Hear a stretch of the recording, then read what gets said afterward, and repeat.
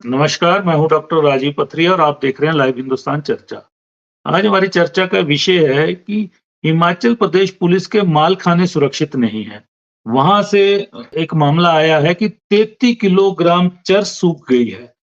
मामला तब आया जब जमानत के लिए लोग हाई कोर्ट पहुंचे और हाई कोर्ट ने पाया कि 14 जनवरी 2021 में बंजार पुलिस स्टेशन ने एक रेड की, 3 लोगों को पकड़ा, 2 भागे मौके से, बाद में उनको पकड़ा, 110 किलोग्राम चरस पकड़ी गई।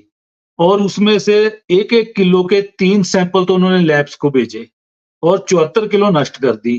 जब कोर्ट ने पाया कि 33 किलो चरस कहाँ गई, तो उनका जवाब था कि ये चरस सूख गई और महज 1-2 सालों में इतनी बड़ी क्वांटिटी में चरस सूख गई, ये मामला हर किसी की जुबान पे है। हाई कोर्ट ने सख्त निर्णय लिया है और डीजीपी और गृह सचिव को आदेश दिए हैं कि इसकी जाँच की जाए और दोषी जो भी इसमें अधिकारी हैं, उनकी एक रिपोर्ट तैयार करके हाई कोर्ट को सौंपी जाए। तो माल खानों में हिमाचल के नशीले पदार्थ बहुत ज्यादा है क्योंकि यहाँ सबसे ज्यादा लगभग 40% के लगभग केसेज एनडीपीएस के आते हैं टोटल जो एफआईआर दर्ज होती हैं। और इस समय 8,000 से ज्यादा मामले अंडर ट्रायल चले हुए हैं विभिन्न कोर्ट्स में। और क्विंटलों के हिसाब से माल खानों में चरस, भांग, अफीम, चिट्टा, इस तरह के कई नशीले पदार्थ बरामद किए गए हैं और रखे गए हैं। लेकिन वो कितने सुरक्षित हैं क्योंकि उनकी निगरानी कौन कर रहा है, उनका स्पेशल ऑडिट होता है कि नहीं होता, एसपी कितना जाते हैं मालखानों में, ये सब एक प्रश्न चिन्ह पुलिस के ऊपर खड़ा हो गया है। तो आज हम इसी विषय पे चर्चा कर रहे हैं कि पुलिस कितनी चौकन्नी है जो माल बरामद किया जा रहा है उसको लेके। तो मैं सबसे पहले परिचय कराऊंगा। ओपी शर्मा जी, पूर्व नारकोटिक्स अधिकारी, आज हमारे साथ जुड़े हैं। चमन केश आयता जी, आम आदमी पार्टी के वरिष्ठ नेता हैं, वो हमारे साथ जुड़े हैं। कुशल जेठी जी, मुख्य प्रवक्ता हैं प्रदेश कांग्रेस कमेटी के, वो हमारे साथ जुड़े हैं। आदित्य गौतम जी, भाजपा के मीडिया पैनलिस्ट हैं प्रदेश के, वो हमारे साथ आज जुड़े हैं। तो मैं ओपी शर्मा जी आपसे जानना चाहूंगा कि पुलिस के मालखाने, हालांकि 4 साल पहले एक व्यवस्था की गई है कि जो मालखाने हैं, जो एनडीपीएस के केसेस हैं, जो उसके तहत जो बरामदगी हो रही है नशीले पदार्थों की, वो जिला मुख्यालयों पे ही रखा जा रहा है उसको। लेकिन उससे पहले ये थानों के मालखानों में रखा जाता है और थानों के मालखानों की हालत बहुत खराब है। तो ये कितने सुरक्षित है? 33 किलो चरस का एकदम से सूख जाना, किसी कोई भी इस बात को पचा नहीं पा रहा है। जी शर्मा जी। जी, जी नमस्कार। सभी का स्वागत है। देखिए मामला बड़ा संवेदनशील है क्योंकि बाहर पहाड़ों में अभी चरस निकाली जा रही है, भरा पड़ा है हिमाचल प्रदेश 5-6 जिलों के अंदर, वो सब वहाँ पड़ा है और मालखानों के अंदर यदि इस तरह की कोई बात हो रही है और यदि ये प्रूव हो जाता है कि 33 किलो ये सूख गया या नहीं सूखा है या इसको पिल-फिर किया गया, इसको निकाला गया है, तो ये एक आपराधिक मामला है। मैं आपका ध्यान आकर्षित करना चाहूँगा नारकोटिक्स कंट्रोल ब्यूरो के एक केस में एक आईपीएस ऑफिसर साजी मोहन करके थे। 2007 में जनवरी में मैंने जब नारकोटिक्स कंट्रोल ब्यूरो का कार्यभार छोड़ा और कस्टम से वापस आया, तो उसके लगभग 6-7 महीने के बाद नारकोटिक्स कंट्रोल ब्यूरो में एक बहुत बड़ा ऐसी घटना घटी, जिसमें एनसीबी के जो ज़ोनल डायरेक्टर थे उस वक़्त के साजी मोहन और उनके जो सुपरिटेंडेंट थे बलविंदर सिंह, वो लोग उन्होंने एनसीबी के मालखाने से जो केस प्रॉपर्टी जो हेरोइन पकड़ी गई थी और इवन करेंसी नोट्स वहां से वो निकाले और वो अल्टीमेटली वो पकड़े गए। ये तो सीजर हो गए, जी, बड़ी अच्छी बात होगी। यहाँ तो सीजर नहीं हो पाया है, यहाँ तो पता नहीं है और ये दलीलें दे रहे हैं कि ये सूख गई है। वहां तो सीजर हुआ। एंटी टेररिस्ट स्क्वाड ने साजी मोहन को मुंबई में पकड़ा, उसको अरेस्ट करा और उसके बाद एनसीबी ने मामला दर्ज किया साजी मोहन के खिलाफ और उसका शॉर्ट में कहता हूँ कि उसका निष्कर्ष ये निकला कि अल्टीमेटली उनके ऊपर 3 अभियोग चले, 3 क्रिमिनल प्रोसीडिंग्स चली और 15-15 साल की, शायद उसमें 14-14 साल की भी उसमें सजा हुई। जो पैसे निकाले थे वो भी और जो हेरोइन जो एनसीबी के मेरे कार्यकाल के दौरान जो पकड़ी गई थी, उसमें से निकाल करके उसमें कुछ और चीजें मिला करके वो वैसे रख दी गई थी और हेरोइन निकाल करके उसको बेचा गया था उन अधिकारियों के द्वारा। तो इस तरह की वारदातें होती हैं क्योंकि पैसे का मामला है, पैसा इसमें बहुत इन्वॉल्व है, आप सभी जानते हैं। सवाल ये उठता है कि भारत सरकार की एक इंस्ट्रक्शन है, एक स्टैंडिंग ऑर्डर है नंबर 1 ऑफ 1989। वो बड़ा क्लियर है। सेक्शन 52 ऑफ एनडीपीएस एक्ट 1985 तथा section 52A pre trial disposal of the confiscated और सीज्ड गुड्स, नार्कोटिक गुड्स और साइकोट्रोपिक सब्सटेंसेस, वो बड़ा क्लियर है। एनसीबी एक नेशनल नोडल एजेंसी है, स्टैंडिंग इंस्ट्रक्शंस है मिनिस्ट्री ऑफ फाइनेंस के द्वारा, जो एडमिनिस्ट्रेटिव डिपार्टमेंट है एनडीपीएस एक्ट पे, उनके द्वारा समय समय के पर बहुत सारी स्टैंडिंग इंस्ट्रक्शन सभी विभागों को, जितनी भी लॉ इन्फोर्समेंट एजेंसीज कंट्री में है, स्टेट की हो चाहे केंद्र की हो, उनको वो इंस्ट्रक्शन दी जाती हैं और उसको इंप्लीमेंट करना होता है। इसमें भी 2016 में एक जजमेंट आया, उसमें इसी ऑर्डर के ऊपर भारत सरकार अपील में गई थी और उसमें प्रॉपर एसओपीज, प्रॉपर गाइडलाइंस माननीय उच्चतम न्यायालय ने सभी लॉ इन्फोर्समेंट एजेंसीज को दिया था। उसमें कितनों ने उसके ऊपर अमल किया होगा, कितनी जल्दी किया होगा, कितना गंभीरता से इस मसले को लिया होगा, ये तो मैं नहीं जानता। लेकिन ये जो बात अब जो दिस रेफरेंस, जिस रेफरेंस पे आज हम चर्चा कर रहे हैं, यदि ये बात आ रही है तो मैं कतई इस बात को मानने के लिए तैयार नहीं हूं कि 33 किलो क्वांटिटी वो सूख जाए और हम हाथ पे हाथ धरे बैठे रहे और हमें ये पता न चले कि साहब ये सूख गई। ये मामला बहुत संवेदनशील है। हमको ये देखना पड़ेगा कि इसमें कौन इन्वॉल्व है। आपने कहा कि जिस तरह से हाईकोर्ट, माननीय उच्च न्यायालय ने भी इंस्ट्रक्शंस दी हैं और चीफ सेक्रेटरी महोदय ने, होम सेक्रेटरी को उन्होंने आगे फर्दर डीजीपी साहब को इंस्ट्रक्शंस दी हैं, वो जाएंगी इंस्ट्रक्शन नीचे तक, इंक्वायरी हो जाएगी, दूध का दूध पानी का पानी तो हो जाएगा। लेकिन प्रश्न ये उठता है कि अगर हमारे माल खाने सेफ नहीं है तो ये वही वारदात हो जाएगी जो नारकोटिक्स कंट्रोल ब्यूरो की जोनल इकाई चंडीगढ़ में 2007-2008 के दौरान हुई थी।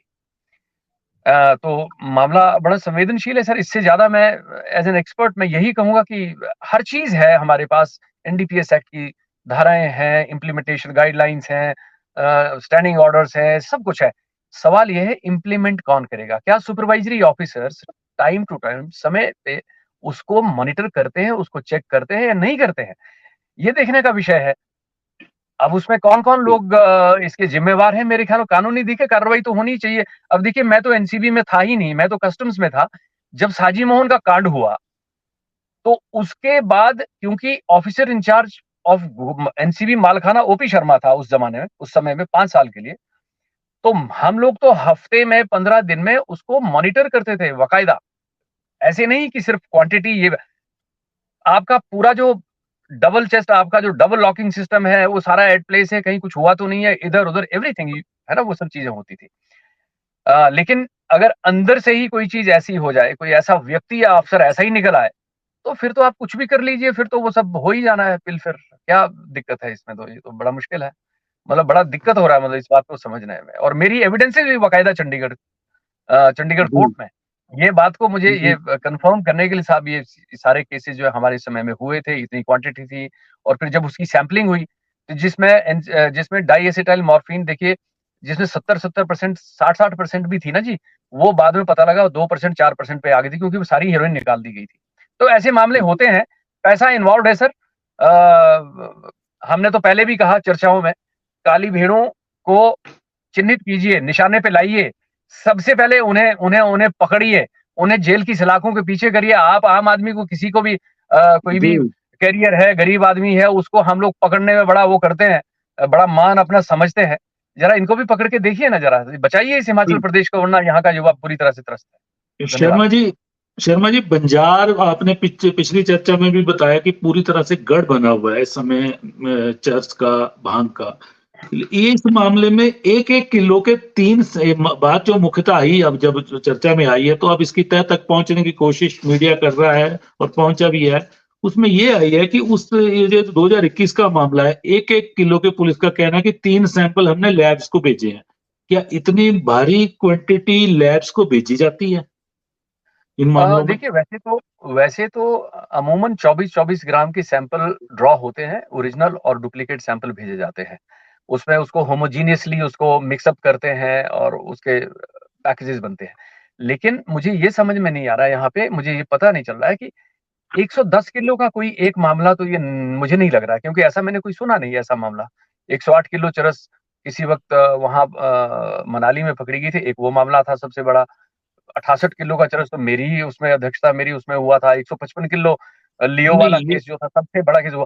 लेकिन बंजार पुलिस थाने में 110 किलो का ऐसा कोई एक मामला नहीं है, मुझे लगता है ये बहुत सारे मामले होंगे और नहीं, वो सारे ये इकट्ठे होंगे और उसको ये क्वांटिफाई नहीं, नहीं, करके बोला होगा कि 1 ये- किलो गई होगी। नहीं, एक ही मामला है ये। 14 जनवरी 2021 की FIR है ये। मामला एक ही है। अच्छा, एक ही मामला है। हाँ तो जी। एक ही मामले में हो सकता है इन्होंने अब कहना थोड़ा मुश्किल है मुझे क्योंकि तथ्यों पे जाना पड़ेगा। ये तो फैक्ट यदि जब तक आपके पास है नहीं, आपको कहना नहीं हम्म, चाहिए। लेकिन 1-1 किलो का कभी सैंपल हमने तो कभी नहीं भेजा जी। 155 किलो का भी हमने वो करा, लेकिन यूँ होता है कि उसमें बहुत सारे लॉट्स अगर बनाए होंगे ना, तो उसमें फिर वो उतने lots multiply by 24 into 2 56 gram 1 kilo तक हो भी सकते हैं।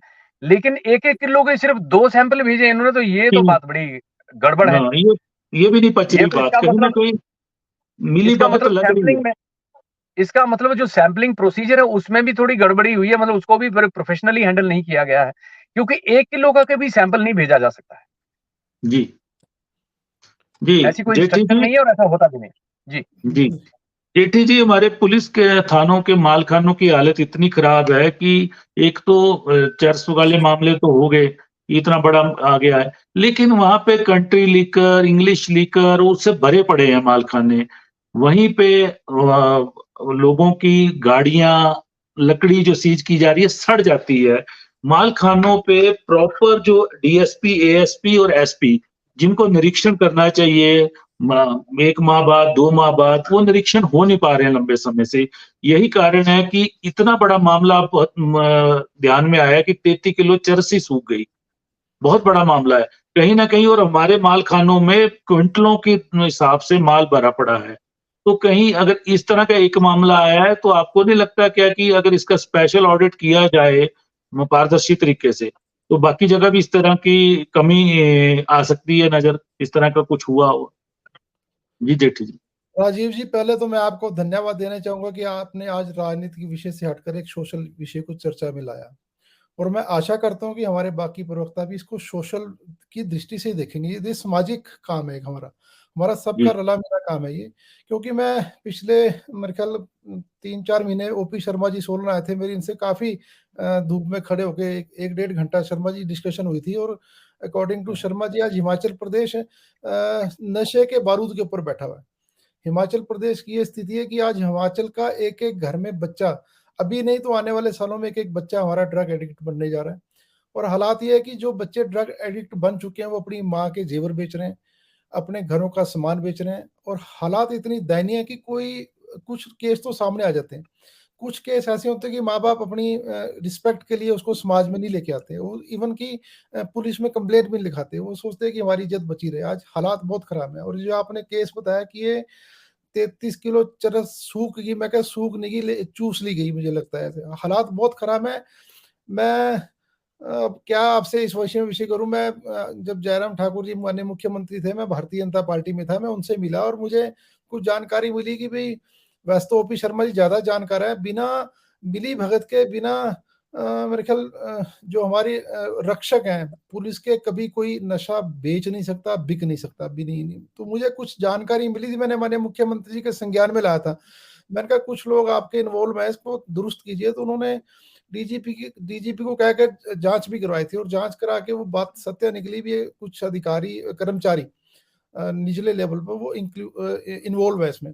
और ये जानकारी बहुत जगह से शायद आपको भी मिलेगी कि ये आज का किस्सा नहीं है कि बंजार में 33 किलो चरस सूख गई है। मेरे को पास कई उदाहरण है जो पुलिस के कर्मचारियों ने मेरे संज्ञान में लाया है कि, और ये बिल्कुल ठोक बजा के बोलते हैं कि 1 किलो चरस पकड़ी जाती है तो शो की जाती है वो 100 ग्राम की, बाकी 900 ग्राम। ये ऑन रिकॉर्ड नहीं है कहीं पर भी, जी। जी। ये ऑन रिकॉर्ड नहीं है। मतलब जितना माल पकड़ा जाता है नशे का, उतना माल दिखाया नहीं जाता, बाकी माल कहाँ जाता है। तो ये चिंता का विषय है। मैं समझता हूँ कि सरकार को इसके खिलाफ सख्त कार्रवाई करनी चाहिए। और मैं समझता हूँ, पिछले दिन मैं सोलन की बात करूंगा, जो हमारे यहाँ SP महोदय बैठे हैं, मेरी उनसे 2-3 बार डिस्कशन हुई, 1-1 घंटा डिस्कशन हुई। वो बहुत इस मामले में सीरियस है। मुझे पहला कोई पुलिस अधिकारी ऐसा मिला कि जो यार बोलता है, यार जेठी साहब की हालात बहुत खराब हैं, कि मेरे पास माँ बाप आते हैं कि हमारा बच्चा तो खराब हो गया, आप लोगों को बचाइए बचाइए। और वो बेचारा इतना काम कर रहा है रात दिन। उसने मेरे ख्याल इंटरनेशनल ग्रो के मतलब पहली बार हमने सुनने को मिला कि उन्होंने लोकल पे हाथ नहीं डाला अभी, मतलब जो अंतर्राष्ट्रीय तस्कर हैं, नाइजीरियन के लोग या पंजाब, हरियाणा, चंडीगढ़ से लोग, लगभग कोई 24 लोग उन्होंने अरेस्ट किए। और मजे की बात यह है कि वो जो लोग अरेस्ट किए वो चिट्टा बेचते हैं, नशे के सप्लाई यहाँ करते हैं, लेकिन वो खुद नशे नहीं करते। यहाँ की भोली भाली जनता है, बच्चों को उनको नशे के उसमें गर्त में डाल रहे हैं वो लोग। और ऐसे ऑफिसर्स होने चाहिए और सरकार को जांच करनी चाहिए कि भी क्यों। चलो ये एग्जाम्पल आ गया बंजार के थाने का, लेकिन ओपी शर्मा जी की बात ठीक है कि अगर इसको पूरे हिमाचल में अगर हम इसकी इन्वेस्टिगेशन करें तो मुझे लगता है ये आंकड़ा बहुत बड़ा होगा, बहुत बड़ा होगा। अब दिक्कत ये है कि जो नशे के है तो सारा पैसे संबंधित, एक पीछे से चर्चा हुई थी क्रिप्टो करेंसी का हिमाचल प्रदेश में 200-250 करोड़ रुपए का घपला है, लेकिन मैं समझता हूँ क्रिप्टो करेंसी का घपला भी इसमें इंक्लूड है। वो नशे के कारोबार, ये सब लोग एक ही हैं, बिल्कुल इस्तेमाल हो रहा है, इनकार नहीं किया जा सकता क्रिप्टो का भी। क्रिप्टो का बहुत ज्यादा रोल है सर, ड्रग ट्रैफिकिंग में बहुत ज्यादा रोल है डार्क नेट के माध्यम से। बिल्कुल ठीक कह रहे हैं जेटली साहब, बिल्कुल ठीक। ये दोनों आपस में लिंक्ड है आपस में, तो सरकार है कि इसको थोड़ा सा और सीरियसली सरकार ले। वैसे तो देखो सरकार तो कोई भी ऐसे इसमें संवेदनहीन नहीं होती, सब लोग चाहते हैं कि नशे से हमारा प्रदेश बचना चाहिए, लेकिन जो लोग आदी हैं, जो वो किसी की सरकार भी हो, उनको ये मतलब नहीं कांग्रेस बीजेपी की सरकार है, वो जो लोग आदी है ना, वो नीचे से लेकर ऊपर तक जो जिन लोगों को एक कनेक्शन है आपस में, वो लोग आपस में इतने जुड़े होते हैं, सरकार किसी की भी हो, लेकिन वो आपस में इतना मैनेजमेंट करते हैं। जब तक कोई ऐसी सख्त कार्रवाई नहीं होगी, देखो सरकार को चाहिए कि कुछ लोगों को इसमें इन्वेस्टिगेशन करके उनको दंडित किया जाए। दंडित जब करेंगे तब दूसरे लोगों को एक मैसेज आता है कि नहीं यार यहाँ पर काम करना मुश्किल है। अगर आप कुछ कार्रवाई नहीं होगी तो चलो मानिए हाई कोर्ट ने संज्ञान लिया, इसका मतलब हाई कोर्ट ही काम करेगी हिमाचल प्रदेश के अंदर। माननीय हाई कोर्ट कितने केसों में संज्ञान लेगा सर? पीआईएल हो जाती है फिर उसका भी। हाँ बिल्कुल, ये तो उनके ध्यान में आ गया, ये तो माननीय हाई कोर्ट के ध्यान में आ गया। बाकी मैंने आपको बताया कितने कितने उदाहरण है इस देश के अंदर। मुझे याद है कि आज से मेरे ख्याल 3-4 वर्ष पूर्व एक बहुत बड़े ऑफिसर्स की गाड़ी में एक बड़ा लार्ज स्केल में चिट्टा पकड़ा गया, लार्ज स्केल में चिट्टा पकड़ा गया, अखबारों में मीडिया में आया बड़ा भारी चिट्टा पकड़ा गया। लेकिन दुख की बात है कि कोर्ट में वो साबित पता क्या हुआ कि ये वॉशिंग पाउडर था। अब बताइए चिट्टे को वॉशिंग पाउडर में तब्दील करने वाले कौन लोग थे? ये हालात हमारे हिमाचल प्रदेश के अंदर हो रही है, तो ये इसका मतलब चिंतन करना चाहिए सरकारों को। हम आप समाज के लोग हैं, हम आप लोगों को चिंतन करना चाहिए। और मैंने तभी आपको धन्यवाद किया कि आपने राजनीतिक विषय से उठकर आपने चर्चा की। ये हमारी आने वाली पीढ़ी कभी हमें माफ नहीं करेगी अगर हमने इसके ऊपर कोई आज चर्चा नहीं की या हमने इसके निदान के लिए कोई अगर कार्य नहीं किया, या जहां तक हमारे को अपनी बात, जितनी हमारी बात सुनी जाती है वहां तक हमारे को ये बात पहुंचानी चाहिए। शर्मा जी को मैं धन्यवाद देता हूँ कि ये रिटायरमेंट के बाद भी बहुत चिंतित है इस विषय के ऊपर, और मुझे बहुत मिला 1.5-2 घंटे डिस्कशन करने का, तो अच्छी बात है। और ऐसे ऐसे लोग होने चाहिए, और ये ताकि लोगों के सामने, सरकार के सामने, समाज के सामने चीजें आनी चाहिए।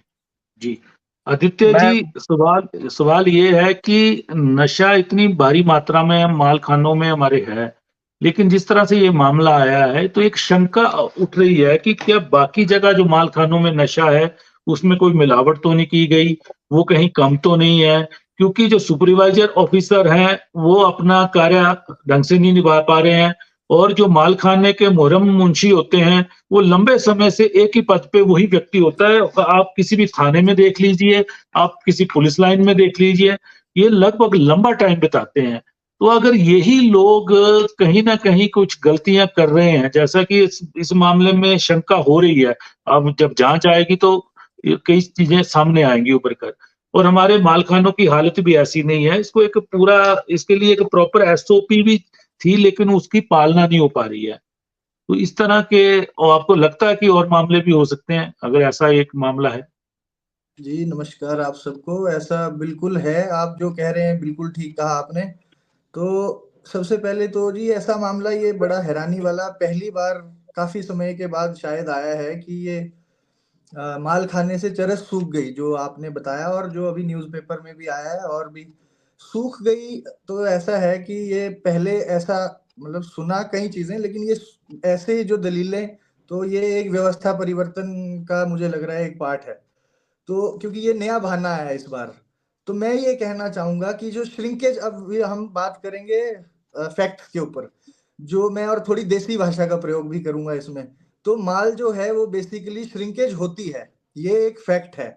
जो ताजा माल है जब वो मला जाता है, जब रबिंग होती है सीजन में, जो भी माल मला जा रहा है, और अगले साल 2 साल 3 साल, बट श्रिंकेज का ये ओपी शर्मा जी को पता है, मुझे डेफिनेटली मुझे पता है, ये ओपी शर्मा जी से ही हमने सीखी हैं चीजें, क्योंकि श्रिंकेज की एक क्वांटिटी होती है, वो है 10% ऑफ द टोटल वॉल्यूम, उसको आप लेके चलते हैं विद इन 5 ईयर्स में, तो 10% ऑफ द टोटल वॉल्यूम। अब ये सीधा गणित आ गया है, इन्होंने कहा कि हमारा 33 किलो माल सूख गया है, तो 1 तोला होता है हमारा 10 ग्राम का, वो हो गया 1 तोला, 1 किलो में होते हैं 100 तोले, तो वैसे करके आप देखिए 1 तोले में 1 ग्राम सूखने की संभावना होती है अगले 5 वर्षों में, तो 1 अगर ग्राम सूखेगा तो 100 तोले में 100 ग्राम सूखेगा, मतलब कि 10 किलो में आपका 1 किलो सूखेगा, तो सीधा सीधा मैथ्स है, 33 इंटू 10 330, जब 330 किलो हो गए तो अब आप कीजिए, आपका तो शो ही 110 किलो हुआ है यार, मतलब या तो हम गधे हैं या जनता गधी है, मतलब आपने हम पूरी जनता को ही अनपढ़ सोच लिया है, वो ऊपर से नीचे तक, मतलब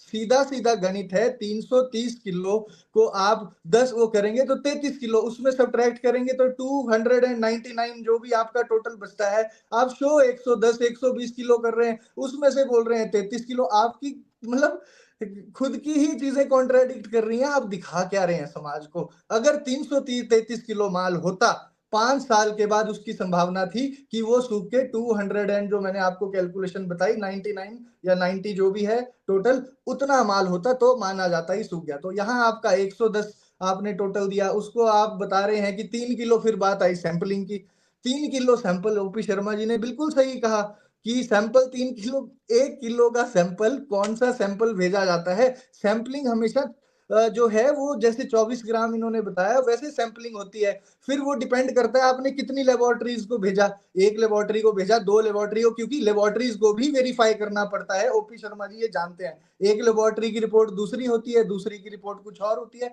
तो उनको भी क्रॉस चेक करने के लिए, इसलिए सैंपल्स को 2 3 4 लेबोरेटरी में भेजा जाता है, तब भी 1 किलो के 3 पैकेट, ये भी कहीं से बात जो है डाइजेस्ट नहीं होती। 2 चीजों के आंसर।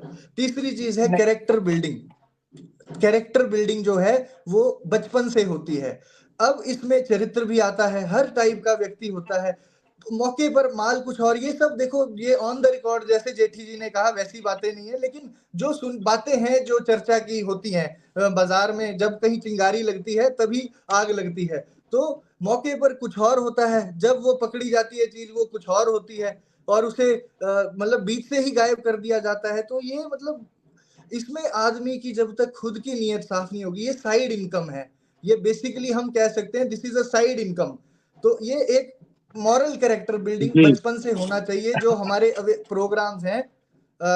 मैं माफी चाहूंगा, ओपी जी कुछ कहना चाह रहे हैं।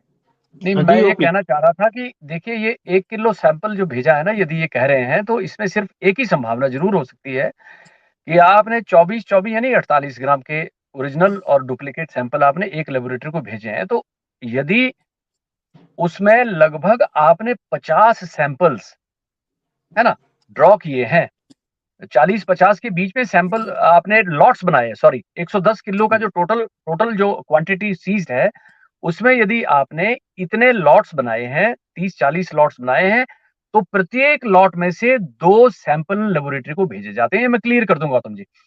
जी तो उस हिसाब से ये 1 किलो 1-1 किलो क्वांटिटी टोटल उसको क्वांटिफाई किया होगा कि हमने इतने सैंपल भेजे, ये संभव भी है। जी लेकिन जी हाँ, आपने, है ना? हाँ ये संभव मगर है। यहाँ पे दूसरी जो बात ये विषय है, है वो अभी कहा गया है कि 3 किलो के अलग अलग, 3 हाँ किलो न्यूज में अलग यही अलग आया है। जगह भेजी गई है, यहाँ 1 जी नहीं किलो मुझे 3 लगता है किलो मिस की बात हो इंटरप्रेटेड है। मैं यहाँ पे करेक्ट करना चाहूंगा, मिस इंटरप्रेटेड हो सकता है, क्योंकि देखिए 155 किलो केस जब हमने करा यहाँ पे, तो उसमें ए से लेकर के, जहां तक मुझे याद है, तो पक्का याद नहीं है, ए से लेकर के जे तक उसमें सैंपल हुए, कितने हुए, A B C D E F G H I J K, मतलब लगभग लगभग इसमें 15 सैंपल ड्रॉ हुए, है ना?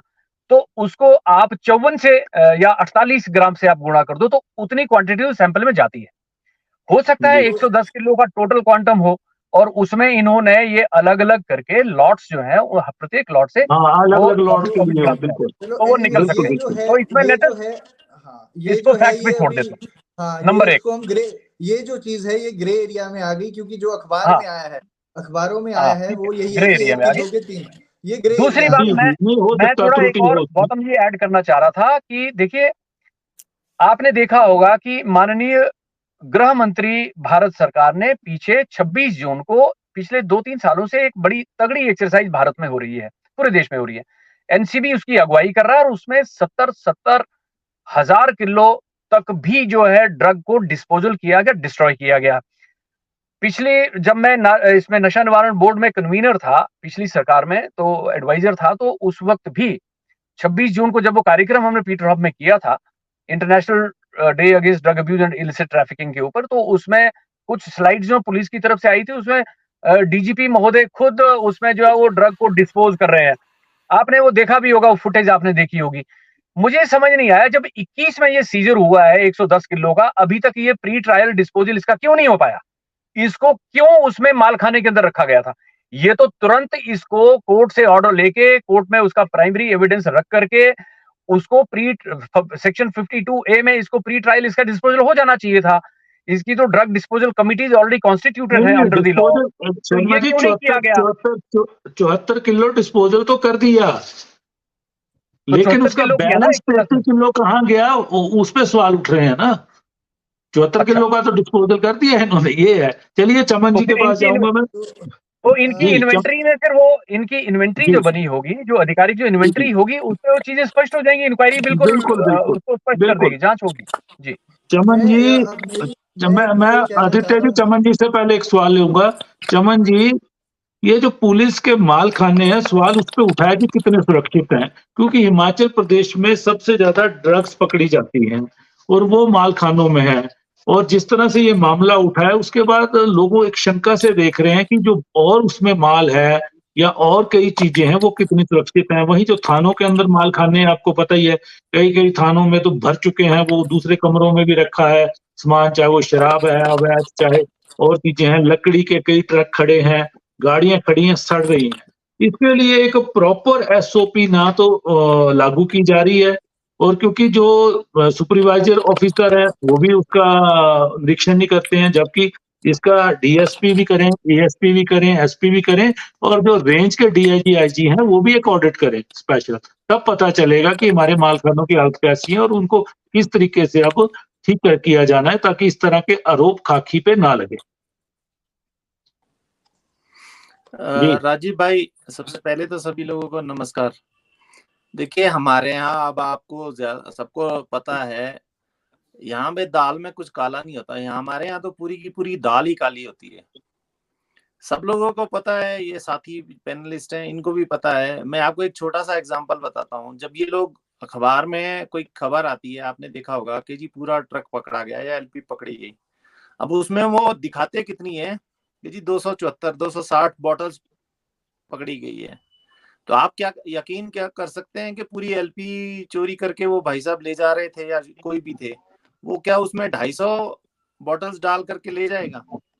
अब दूसरा, आप ये इनसे पूछिए, जो भी अधिकारी है या इस लेवल के अधिकारी होते हैं, कि इनकी पार्टियों के लिए शराब आती कहाँ से है? पकड़ते हैं ये विस्की है, हाई ब्रांड। वहां पे जब इनकी माल खाने में आप जाकर के देखेंगे, उसमें कुछ और ही पानी भर भर के वहां से बॉटल्स दूसरी रखी जाती हैं, खाना पूर्ति होती है। आप केस प्रॉपर्टीज में बाकी गाड़ियों के या किसी सीजर के हालत देखिए कि वो क्या है, वो रोड पे खड़े हैं, जिसका मन चाहे जो जहां से उठा लो, जो वहां से निकाल लो। और इस केस में देखिए, जब एफिडेविट फाइल हुआ होगा तो 100% एसपी की तरफ से हुआ होगा कि ये 74 kg हमने डिस्ट्रॉय किया। तो इतना तो प्रॉपर कमेटी होती है। उन्होंने जब हाई कोर्ट में रिप्लाई फाइल होता है, तो उस जिले का जो एसपी होता है, उसके वो एफिडेविट फाइल करता है कि above facts are true to the best of my knowledge and वो। तो इसका मतलब है उन्होंने एफिडेविट तो पढ़ा ही नहीं, वो तो बाबू ने सामने रखा कि जी उस केस का ये है, ये हाई कोर्ट में लगा है, साइन कर दिए। अदरवाइज ये तो एसपी लेवल पे भी पता लग जाना चाहिए था कि 33 किलो गई कहाँ। तो ये तो एसपी को भी जानकारी होनी चाहिए थी। वहां पे जो आईओ था, मान लीजिए अगर उसने तो जो भी इन्वेस्टिगेशन की होगी प्रॉपरली, मान लो अगर की होगी, तो अगर इतना कन्फेस्टिकेट हुआ तो इतना तो उनको भी पता था कि ये माल गया कहाँ। अब उन्होंने खाना पूर्ति करने के लिए, आपने जैसा कि एक आपने अभी मामला जो सेठी जी कह रहे थे, वो एक एचआरटीसी के अधिकारी की गाड़ी थी जिसमें वो पकड़े गए थे। और आप हैरान, बेवकूफ देखिए, बेवकूफ बनाने का मजा देखिए। ये लोग, जनता कितनी भोली भाली है बेचारी। कोई वॉशिंग पाउडर HRTC की सरकारी गाड़ी में ले जाएगा? और वो उसको प्रोटेक्शन करने पहले ही राजनेता, या मान लीजिए इसको पॉलिटिकल, देखिए संरक्षण कहाँ से होता है, हमेशा या तो ऑफिसर करेंगे उस डिपार्टमेंट के, उसको शील्ड करेंगे ताकि उनकी बेइज्जती ना हो, या अपनी की पोस्टिंग के, या कोई ना कोई उनका एक गॉडफादरली जो फिगर जिसको मान सकते हैं, वो तो वो पॉलिटिकल वो होता है, उसमें तो कोई दो राय है नहीं। अब हमारे यहाँ पे आप शायद बहुत, मेरे साथियों को सबको पता है, हम लोग तो बहुत लेट की बात कर रहे हैं। अगर आप इससे पहले जो कोरेक्स था वो तो 20 साल पहले शुरू हो चुका था। जहाँ पे हम लोग रहते हैं शिमला में, संजौली में 3 या 4 बच्चों की डेथ हुई थी, केमिस्ट के यहाँ से कोरेक्स बनाया जाता था। मैं खुद इसका वो हूँ कि मैंने जिनके लोगों के खिलाफ हमने शिकायतें दी थी, हमने वो फोटो भेजी थी, हमने अखबारों को फोटो भेजी थी कि देखिए इतनी कोरेक्स और उसकी जो है शीशियां यहाँ पे मिलती है। वो अधिकारी है मेरे पीछे पड़ गए, गाड़ियों के चलान करना, दूसरी तरह से ये करना। एक्साइज में हमने शिकायत दी, उल्टा एक्साइज वालों ने कार्रवाई, कुछ नहीं, इनके खिलाफ होता ही कुछ नहीं है। जी ये तो बिल्कुल, हालत मिली है बात हमारी बहुत बड़े सरकारों लेवल के, पे। ये तो हमारे लोगों के हैं, तो ये तो आप जान सकते हैं इनके लिए बड़ा कैजुअल है। ये कोई सीरियसली थोड़ी इसको मामले को मानते हैं, ये मामला सीरियस नहीं लेते हैं, इनके लिए तो बड़ा कैजुअल है। बच्चा डूब रहा था, अब जा करके, क्योंकि हर तीसरे घर को हिट कर चुका है ये नशा, हर तीसरा घर में एक प्रॉब्लम हो चुकी है, माँ बाप को, लोगों को अब जा करके समझ आ रही है कि ये इतना बड़ा लेवल है। लेकिन जब आप आइडेंटिफाई नहीं कर रहे थे, 20 साल पहले क्यों नहीं सुनी आपने, 15 साल पहले क्यों नहीं सुनी, 10 साल पहले हम लोग जब शिकायतें भेजते थे तो आपने क्यों नहीं सुनी? तो जनता को भी आप, जनता देखिए ना, चुनाव में आपको पता है कि शराब आती कहाँ से है, क्या किसी को पता नहीं है? तो पीता कौन है? नेताजी तो पी नहीं गए, वो तो सिर्फ बांटते हैं, उनके कार्यकर्ता बांटते हैं। जी बिल्कुल तो जब बिल्कुल बिल्कुल। आपने अपने वो इतने नीचे गिरा दिए हो, जीवन में आपके जो वैल्यूज हैं, सबसे पहले अगर लाइफ में आपकी वैल्यूज में डिग्रेडेशन आती है, तो पॉलिटिकल तो उसका रिफ्लेक्शन है, पॉलिटिकल वो तो रिफ्लेक्शन होता है, तो वैसे ही लोग तो चुन जी के आएंगे ना। तो बिल्कुल। ये कोई बहुत बड़ी बात इनके लिए नहीं है, इन्होंने एक्चुअली कैजुअली इसको किया था और बड़ी कैजुअल अप्रोच के साथ इसको लिया था, लेकिन गलती से वहां पे हाई कोर्ट की नजर पड़ गई, बस वहां पे एक्सप्लेनेशन होगी। अब आप देखिएगा इस पे भी लीपापोती पूरी होगी। अगर आपको एक मामला याद होगा, बहुत सारे सैंपल्स में पुलिस का जवाब आता है कि जी वो तो चूहे खा गए। भाई कितने किलो खा गए, क्या चीज खा यही गए? तभी तो माल खानों पे सवाल उठ रहा है ना, पुलिस के माल खाने ही सुरक्षित नहीं है। आप बिल्कुल। जाकर के देखिए ये हालत तो देखिए ना, जी वहां पे आप बिल्कुल। हैरान होंगे राजीव जी, कभी आप जा करके देखिए कि किस तरह से वो सैंपल फेंके होते हैं या रखे होते हैं। नहीं, बुरा उनकी हाल है स्थिति माल है, खानों का, उसी की आप स्थिति। थर्ड, बिल्कुल। आप इसका ऑडिट क्यों नहीं करवाते हो बीच बीच में? और जैसा ओपी शर्मा जी ने कहा था, इसमें तो जब आप ट्रायल के बाद आप कोर्ट की with the due permission of a court इसको डिस्ट्रॉय करने बिल्कुल। के लिए आपके पास SOPs हैं, आप डिस्ट्रॉय क्यों नहीं करते हैं इसको, रखते क्यों है अपने पास? जी शर्मा जी, सवाल अब ये है कि जब इतना बड़ा मामला उठा है तो उसके बाद जनता के मन में भी कई प्रश्न है, तो पुलिस को अपने आप ही अपने सभी माल खानों का स्पेशल ऑडिट करवा के एक इस चीज को पब्लिक करना चाहिए कहीं ना कहीं अपनी वेबसाइट पे, जैसे कि बोलते हैं हमारी वेबसाइट बड़ी पारदर्शी है, एक FIR, एक सीजर, हर चीज वहां पे होती है। तो एक बार ये करना चाहिए, क्योंकि लीकेज है कहीं ना कहीं, और इतनी बड़ी मात्रा में जब चरस गायब हुई है तो हो सकता है बाकी चीजें भी गायब हो रही हो। जी डॉक्टर साहब, इसमें इशू ये है कि ऑफ इट्स ओन तो नहीं कर पाएंगे, इसमें कोर्ट के आदेश लेने होंगे, क्योंकि बहुत सारी प्रॉपर्टीज जो है वो न्यायालय में विचाराधीन होंगे। अभी तक जस्टिस डिलीवरी नहीं हुआ होगा, केसेस अंडर ट्रायल होंगे, बहुत सारी चीजें होंगी, ऐसे आप कर नहीं सकते हैं। लेकिन माननीय उच्च न्यायालय के निर्देश इसमें हो सकते हैं, और हो सकता है जब ये सुनवाई होगी, पूरी होगी, तो हो सकता है ऐसा आदेश आ भी सकता है। कोई बड़ी जी बात नहीं है, क्योंकि अपने से तो शायद नहीं कर पाएंगे, क्योंकि everything is in the court of law sir, है ना? जी तो वैसे वो ठीक है, कम से कम वेट तो कर ही सकते हैं कि किस पे कितना किलो पकड़ा था अभी, और अभी कितना जी बचा जी है, ये वही सारी बोल रहा चीजें तो हूँ, उनको करनी वही चाहिए, वही वो करनी बिल्कुल चाहिए, बिल्कुल। बिल्कुल अपनी ऑथेंटिकेशन इन्वेंट्री करनी को चाहिए। एक बार से हाँ रिकंसाइल करें उसको। हाँ, उसको रिकंसाइल करना चाहिए, क्योंकि अब पब्लिक के मन में ऐसा प्रश्न उठ गया है। और जी देखिए मामला तो ये भी है महाराज कि ये तो चलिए ये चूस गए, हम लोग इस पे बातचीत कर रहे हैं, पहाड़ों में अभी सैकड़ों हजारों की संख्या में लेबर लगी हुई, चरस है पहाड़ों के अंदर। आप जी जी कर क्या रहे बिल्कुल। हैं, अभी क्या कर रहे हैं? मामला तो ये उठना चाहिए। और माफियाज चीज जो है चीज इस की वक्त प्रोक्योरमेंट विराजमान भी है बहुत पूरी तरह से। बड़े स्केल पे हो सर रही है। हमें तो अपनी सिक्योरिटी की चिंता होती है सर, क्योंकि हमने काम किया है अंदर, जी घुस करके किया है, घुस करके निकालें, बाहर विदेशी भी निकालें और लोकल भी निकालें। हम तो अब बात ही नहीं कर सकते क्योंकि हमें कोई सुरक्षा देने के लिए तैयार नहीं है। ये आज मेरी परिस्थिति है। हमें, हमारे भी बच्चे हैं, हमारी परिवार है, हम खुद भी हैं। हमने तो वीआरएस लिया ही इस इश्यू को सॉल्व करने के लिए है सर, कि इसको सॉल्व करना बहुत आवश्यक है, अन्यथा अगले 5 साल में आप देखिएगा हिमाचल प्रदेश की पोजीशन क्या होगी। ये मालखानों में पिलफरेज ये उन प्रदेशों में होती थी जिन प्रदेशों में भयंकर नशाखोरी होती थी, जैसे कि पंजाब। ये जो चूहे खा गए, बुक्की खा गए, चरस खा गए, ये चिता खा गए, ये मामले इधर आते थे और वहां पे भी बड़े कठोर अल्टीमेटली वो स्टेप्स उठाने पड़े थे। आज मुझे लगता है कि हिमाचल में नशाखोरी इतनी बढ़ गई है और पैसे का स्वाद इतना लग गया है अब लोगों को कि अब ये वारदातें यहाँ भी होने लग गई हैं, अब प्रश्न उठने लग गए हैं। तो अब हम किसी से कम नहीं है। और वैसे भी अब किसी ने तो, कईयों ने ये कहना शुरू कर दिया है कि भी Himachal is the Afghanistan of India. बिल्कुल, तो हम तो बड़े बदनाम हो गए जी। मैं तो अभी चंडीगढ़ में बैठा हूँ, यही पे यही बातें को बोलना शुरू कर दिया। जी आस्था जी बोलना चाह रहे थे कुछ? आस्था जी? नहीं, मैं ये कह रहा था इसमें कोर्ट की परमिशन की भी एक्चुअली है नहीं, डिपार्टमेंटल ये कर सकता है कि जो फिजिकल इन्वेंटरी होती है आपको बिल्कुल इसको वेरीफाई एक बार प्रॉपर करें। आप वजन तो सर देखे कि आपने आप उसका वजन कर सकते हैं है कि नहीं। आस्था जी, वजन और वजन जो है ना कम से कम, वजन और प्योरिटी सवाल दो है। सर ऐसा है डॉक्टर साहब कि जो सुपरवाइजरी ऑफिसर है, जो एसओपीज या गाइडलाइन के अनुसार उनको उसे चेक करना होता है, तो देखिए उसे खोल के तो कर नहीं सकता क्योंकि सील वगैरह सारी इंटैक्ट होती है और सारा कोर्ट का मामला होता है, ठीक है। बिल्कुल तो उसमें वो कम से कम वेट तो वो कर लेते हैं कि भैया 110 किलो था, ये 33 किलो कहाँ गया। तो ये तो मामला, तो अगर इसको ये प्रॉपरली गाइडलाइंस को इम्प्लीमेंट करते तो ये तो उस वक्त ही डिस्पोजल हो जाता। जब 74 किलो डिस्पोज किया तो डिस्पोज हो जाना चाहिए था। अब बहुत बड़ा प्रश्न ये होगा कि जो ड्रग डिस्पोजल कमिटी जो उस वक्त बनी थी, जिन्होंने 74 किलो को डिस्पोजल के ऑर्डर दे दिए और जिसको डिस्पोजल किया गया, proper inventory, proper primary evidence, बाकी नहीं पूछा, बाकी कहां गया, कैसे सूखा। हाँ जी, बिल्कुल 33 किलो के बारे में उन्होंने क्या कहा, मुझे लगता है यही तो एफिडेविट आया होगा ना कि ये तो सूख गया, तो ड्रग डिस्पोजल यही आया ना। तो फिर डिस्पोजल कमेटी ने ये कैसे मान लिया कि इतना सूख सकता है? बिल्कुल, वो बहुत सवाल उठेंगे जब इसकी जांच चलेगी, बहुत सवाल उठेंगे। बिल्कुल जांच का इंतजार कीजिए, कुछ ना कुछ निकलेगा, कुछ ना कुछ जरूर निकलेगा।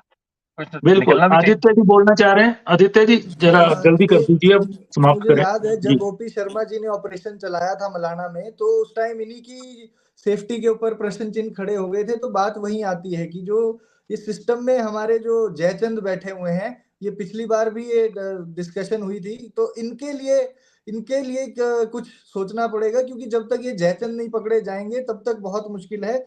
मैं और कुछ भी चीजें आपके दृष्टि में लाना चाहूंगा जो सुनने में आता है, ऑन द रिकॉर्ड्स तो अभी नहीं पता, क्योंकि ये सिर्फ हम मीडिया के माध्यम से ही जनता तक, आपके माध्यम से ही पथरिया जी आवाज पहुंचा सकते हैं। अब जो ड्रग ट्रैफिकिंग है वो लड़कियों और बच्चों के थ्रू ज्यादा होती है।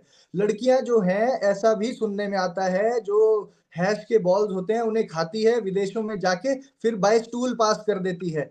ये एक है, उनको स्मगलिंग के तो कई माध्यम है। बिल्कुल ये बड़ा पुराना मोडस ऑपरेंडी है, बड़ा बहुत माध्यम है उसके तो। ये प्राइवेट पार्ट्स में लड़कियां ले जाएंगी। गौतम जी ये जो है सारा नाइजीरियन के द्वारा और आईएसआई और पाकिस्तान के द्वारा सिखाया गया मोडस ऑपरेंडी है। इसको मैंने लगभग 2006, 2004-05 में अटारी बॉर्डर पे उसमें हमने इसको मैंने पकड़ा था। उसमें लगभग 4 किलो हीरोइन पकड़ी थी या 3 किलो हीरोइन पकड़ी थी, और उस टूल में से निकाली अल्टीमेटली हमने कैमरे लगाए हुए थे। नाइजीरियन को पकड़ा था 1.5 किलो। ये सब चीजें हो रही हैं।